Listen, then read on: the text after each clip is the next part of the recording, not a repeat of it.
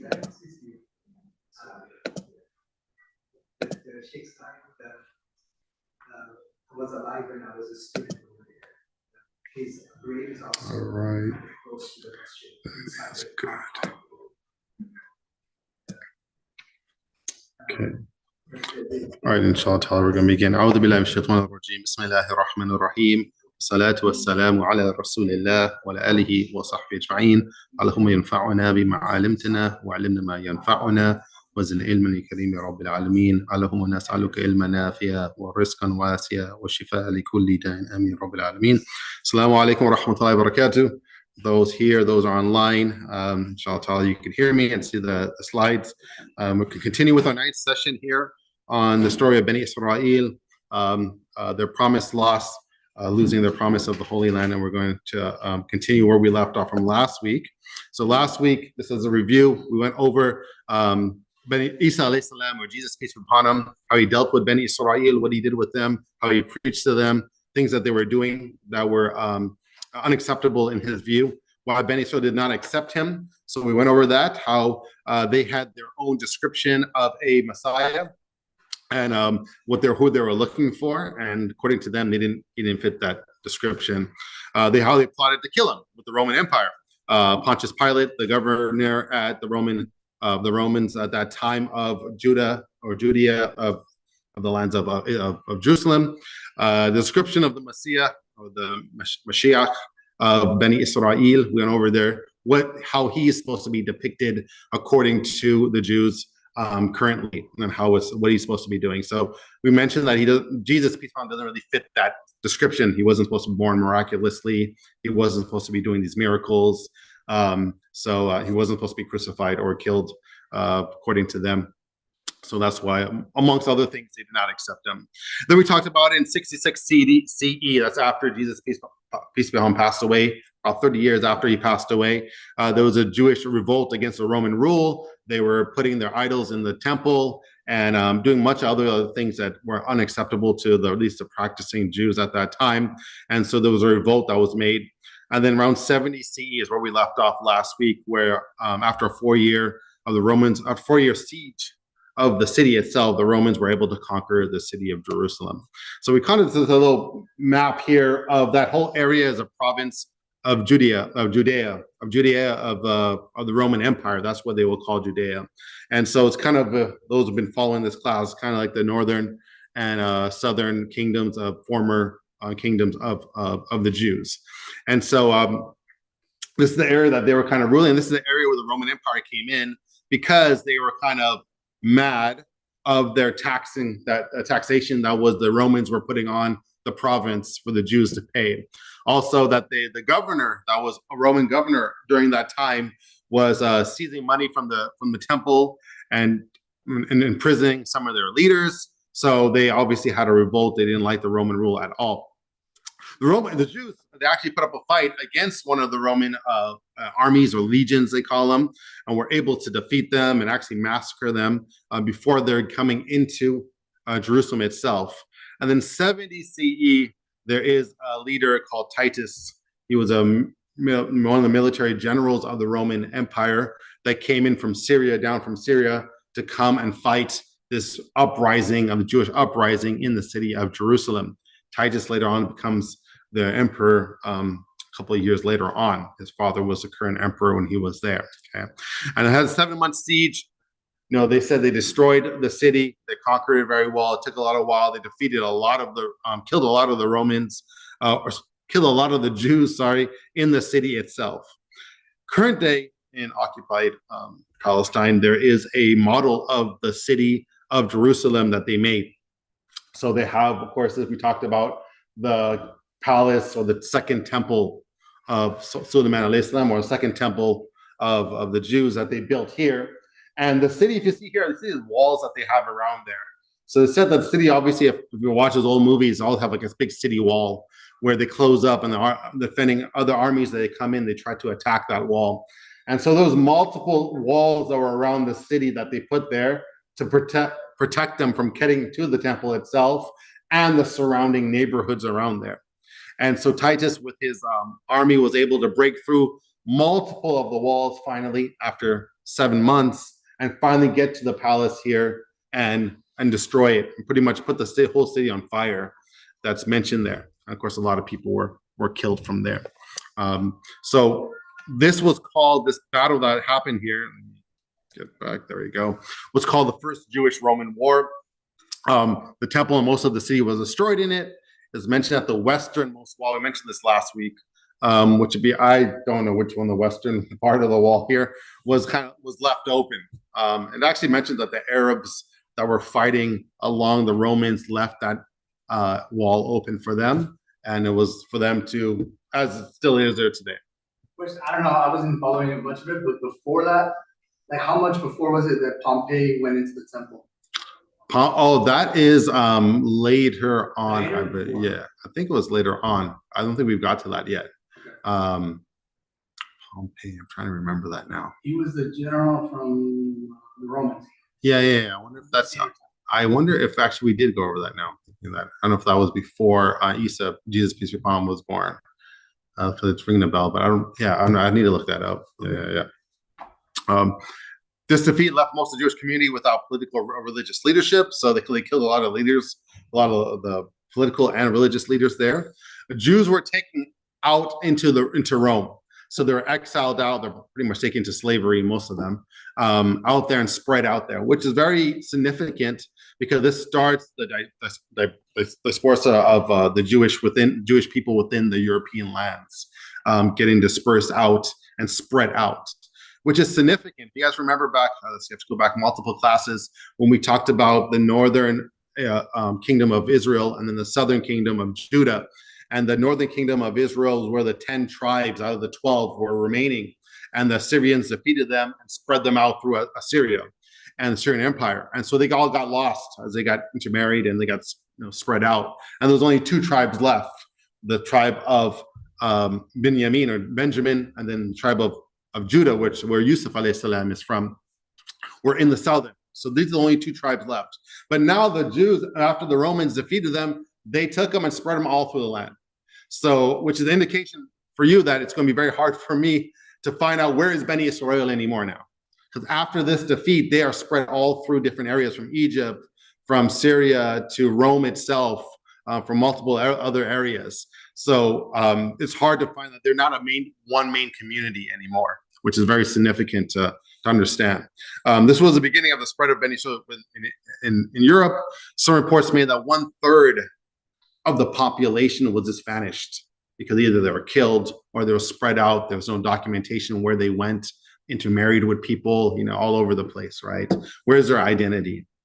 Josephus, which is one of the famous Jewish historians, very popular within Christian circles also, about his writings of Jesus and just what happened during that time. He's really seen as a credence in terms of what went on at that time. Claimed that 1.1 million people were killed during that siege of Jerusalem. 97,000 were captured, enslaved, and many others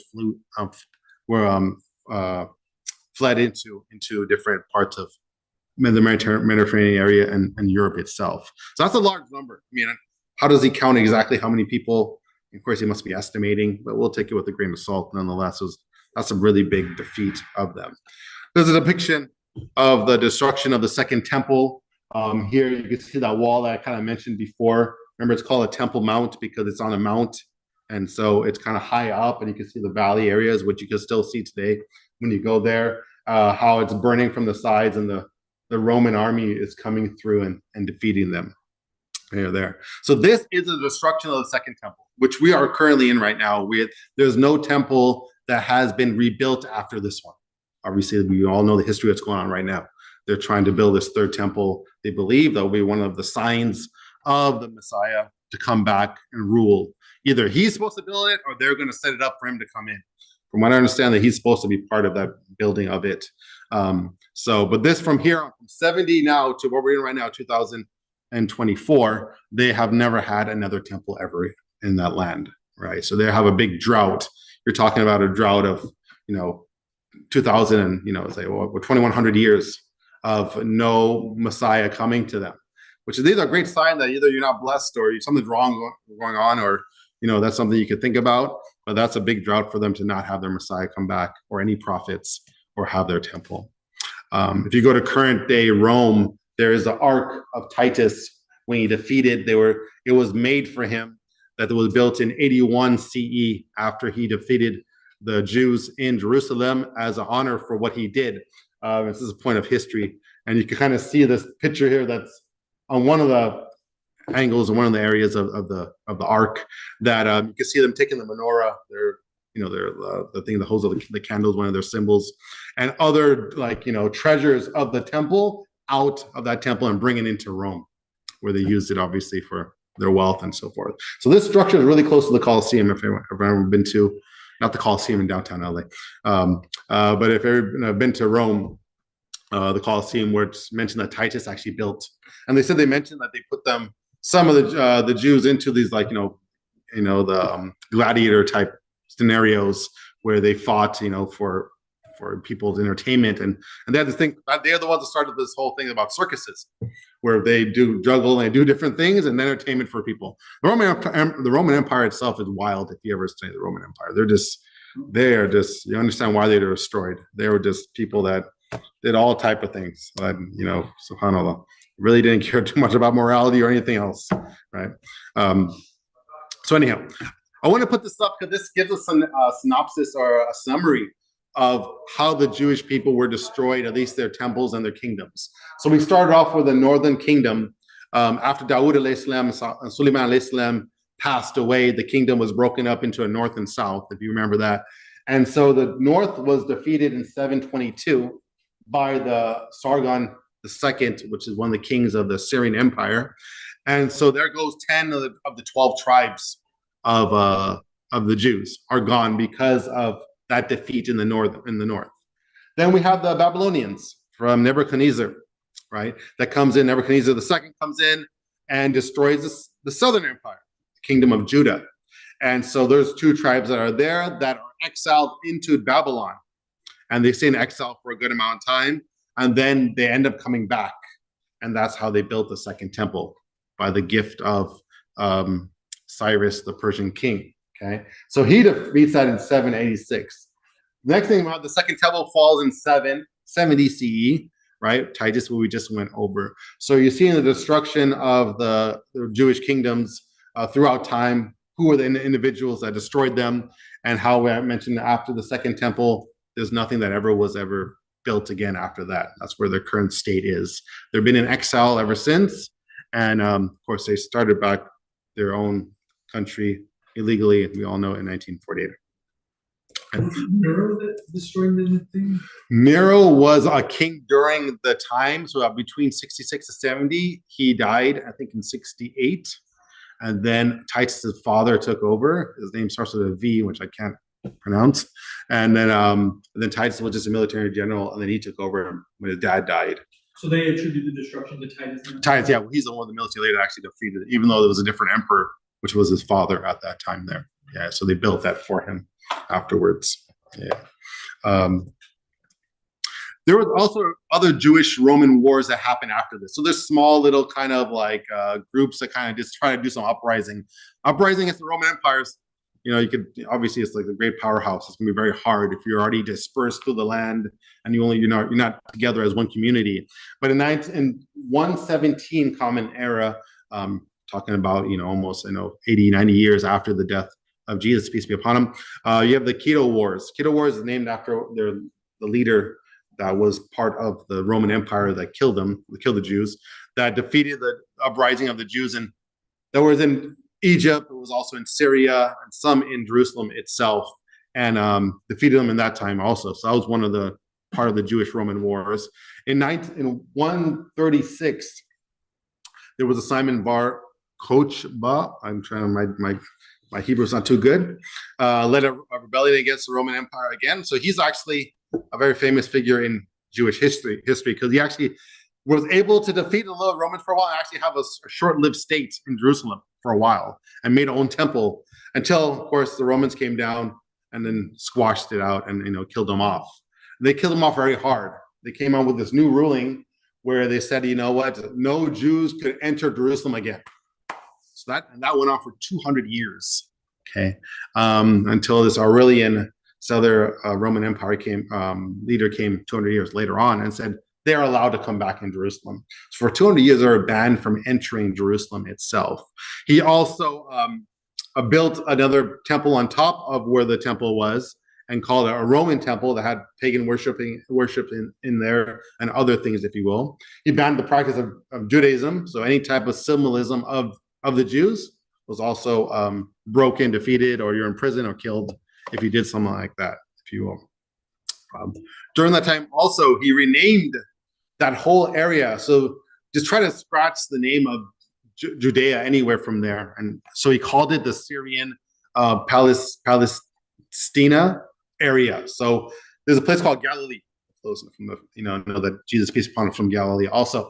But he put Galilee and the Judea as one area and called that the Syrian Palestina area. So it's one of the first times ever that name is officially being used for that area itself.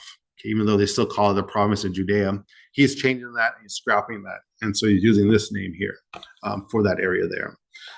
130, the Roman Empire also renames the city of Jerusalem, not just the area, just Jerusalem itself. And you could, however you want to pronounce that, Alia Capitolina, and made it a place where pagan worship was. So he scratched the name of Jerusalem and named it that, right? So the Romans came hard, just trying to really wipe out Judaism, practice of Jews, don't let them into the city, change the name of Jerusalem itself, and try to really put their stamp on the Roman culture and beliefs in that area there. The Roman temple was ordered to be built on the site of the Jewish temple. The area was enjoying tranquility and sustainability. So there was no fighting for a long time there. There's a little uprising here and there. But otherwise, it wasn't as with the previous we mentioned of what happened earlier beforehand. I'm going to stop there because I'm going to take a different angle with the class, because now the Jews are spread out throughout their different lands. So now the class is really about following Bani Isra'il. Now you really can't follow them anymore because they're in so many different pockets. What do you do? So we wanted just to kind of see where they're at and how now they've got split up, and they have not really been united back until our present time and era that we're in right now, which is very historic of what's happening today. At least go back to 1940s, 1920s, if you will. Okay. What I'm going to do before I go over the Jewish Bible in a little bit, I wanted to say this is what we're going to be doing. We're going to go over the changing of the Torah and the Old Testament, what Allah subhanahu wa ta'ala says in the Quran. How did they get their book? How did they change it? Summary of the lost promise. So I'm going to go into verses into the Old Testament that they perceive that was a covenant that God made with them forever. And it doesn't really matter what you do. You're always going to have this covenant, which God never does that to any other people in the world. So I don't know how they got that. So we're going to, go over those verses of what they use to prove that, what Allah says in the Quran, that this covenant was conditional of them worshiping Allah and not, falling into paganism and other things. We're going to Islam's entrance into Palestine. So we're really kind of moving away from Bani Isra'il, but more talking about the history of Palestine itself from now on, what happened there, how they got into there. And then we'll go into the signs of the end of the world that pertains to Palestine, talking about the Antichrist coming back, how the Muslims will defeat the Antichrist, and what will happen, during those times. And then go into a little bit of modern day Zionism. What is their philosophy? Also the Christian philosophy or the Christian Zionists, what are their beliefs, and kind of go over that. So that's kind of like, we're going to probably have like 3 to 4 more classes, and hopefully we can wrap up definitely before Thanksgiving, inshallah ta'ala. We'll be done with our series here. Last thing I wanted to go over is a little bit about the Hebrew Bible itself, just to talk about it. So if those who are not familiar with the Bible, know that the Bible itself is split up in 2 main books called the Old Testament and the New Testament. Of course, the Jews don't acknowledge Jesus, peace be upon him, in the first place. So for them, there's nothing called the New Testament. And the word testament, Old Testament, is a Jewish concept in the first place. Okay, so Hebrew Bible is what they would call it, not necessarily the Old Testament, because they don't believe nothing was old. It's the current testament for them, right? There's nothing that abrogated that, right?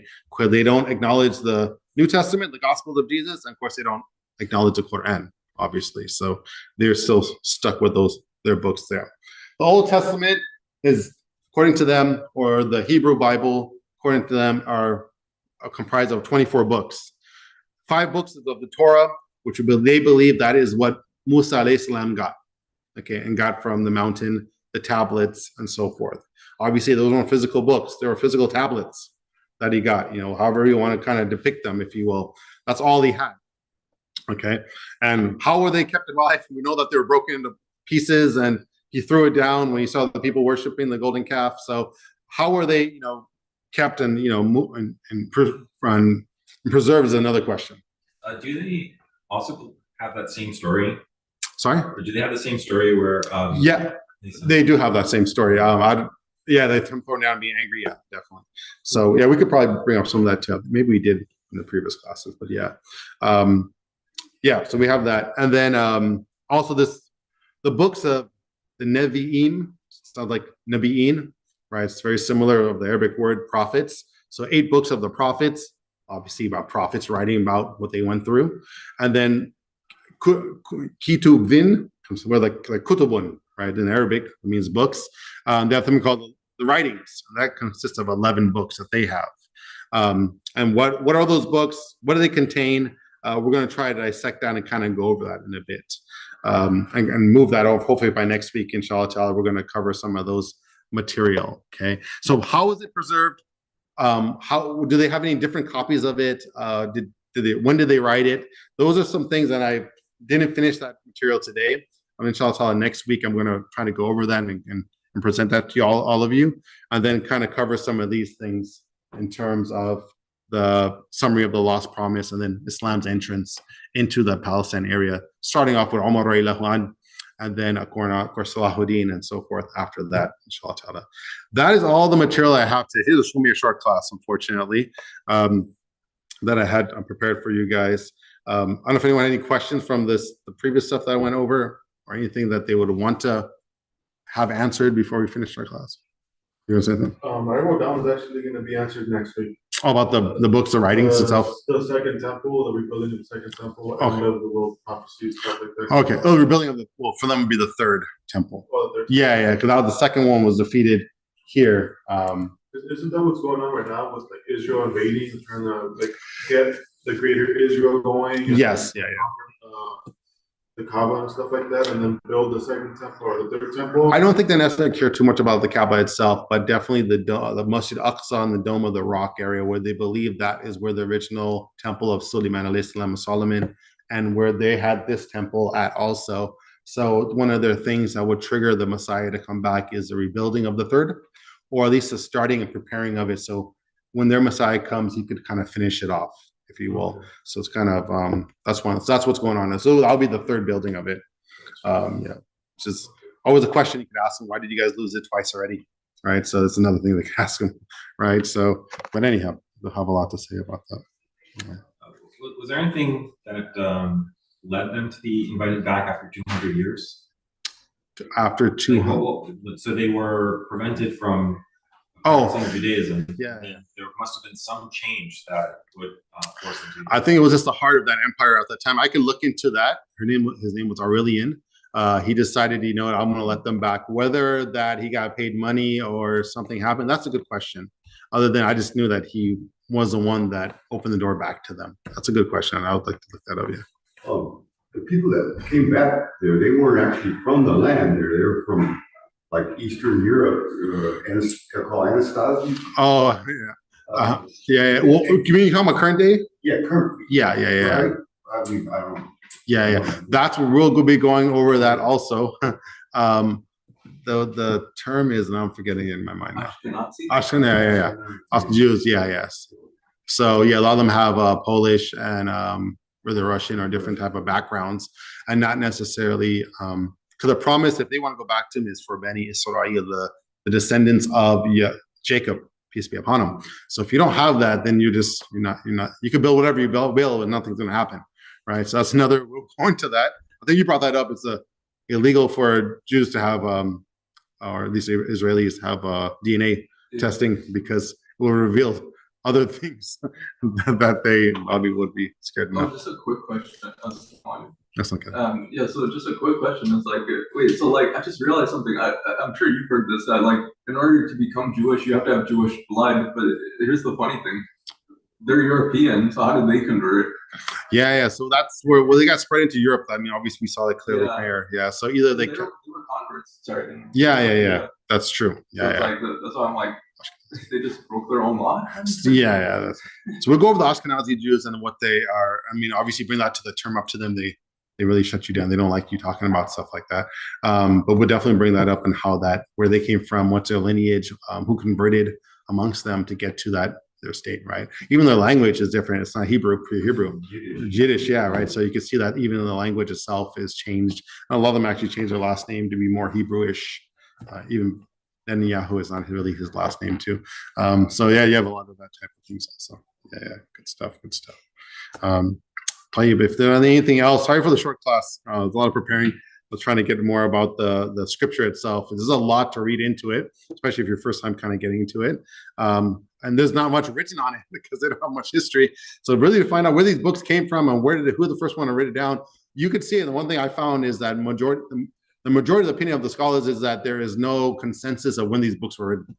If I would have told you that about the Quran, I don't think anybody would be reading the Quran right now. You know what I mean? I don't know when it was written or who actually written, right? It'd be, well, who would believe in on a book like that? So, and you definitely see that also with the Christian literature. They don't really like to talk about authenticity and who was actually written it and so forth. As Muslims are very keen about those type of things. If we're going to follow something. They had scrolls, right?